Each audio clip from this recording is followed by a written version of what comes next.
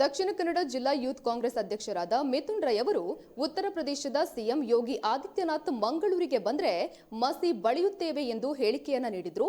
ಈ ಹೇಳಿಕೆಗೆ ಆಕ್ರೋಶಗೊಂಡ ಹಲವು ಹಿಂದೂಪರ ಸಂಘಟನೆಗಳು ಮಿಥುನ್ ರೈ ವಿರುದ್ಧ ದೂರನ್ನ ದಾಖಲಿಸಿತ್ತು.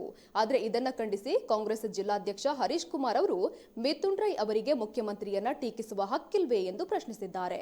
ಮಿಥುನ್ ರೈ ಓರ್ವ ರಾಜಕಾರಣಿ, ಇವರು ಬಿಜೆಪಿಯವರಿಂದ ಹಿಂದುತ್ವ ಕಲಿಯಬೇಕಾಗಿಲ್ಲ. ಬಿಜೆಪಿಯವರು ಮಿಥುನ್ ರೈ ಅವರಿಂದ ಹಿಂದುತ್ವ, ಸಾಮಾಜಿಕ ನ್ಯಾಯ, ಎಲ್ಲಾ ಧರ್ಮೀಯರನ್ನ ಹೇಗೆ ಪ್ರೀತಿಸಬೇಕು ಎಂಬುದನ್ನು ನೋಡಿ ಕಲಿಯಲಿ ಎಂದಿದ್ದಾರೆ. ಈಗ ನಾವು ಒಪ್ಪಿಕೊಳ್ಳಲಿಕ್ಕೆ ತಯಾರಿಲ್ಲ. ಅವರ ಬಗ್ಗೆ ಮಾತಾಡಿದ್ರೆ ಅವರ ಜಾತಿ ಬಗ್ಗೆ ಮಿಥುನ್ ರೈಗೆ ಮೇಲೆ ಕಂಪ್ಲೇಂಟ್ ಕೊಡ್ತಾರೆ, ಕಮಿಷನರಿಗೆ ಅರೆಸ್ಟ್ ಮಾಡಬೇಕು.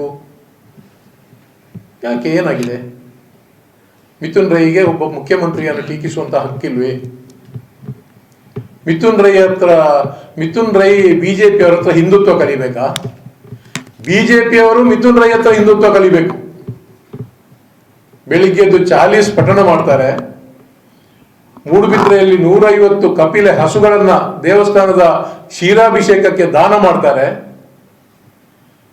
ತುಳುವಿನ ಕಲೆ, ನಮ್ಮ ಪಿಲಿನಲಿಕೆ, ಪಿಲಿತ್ ಪ್ರತಿಷ್ಠಾನವನ್ನು ಸ್ಥಾಪನೆ ಮಾಡಿ ಪ್ರತಿ ವರ್ಷ ದಸರಾದ ಸಂದರ್ಭದಲ್ಲಿ ಪಿಲಿನಲಿಕೆ ಕಾರ್ಯಕ್ರಮವನ್ನು ಮಾಡಿ ಲಕ್ಷಾಂತರ ಜನ ವೀಕ್ಷಣೆ ಮಾಡ್ತಾರೆ.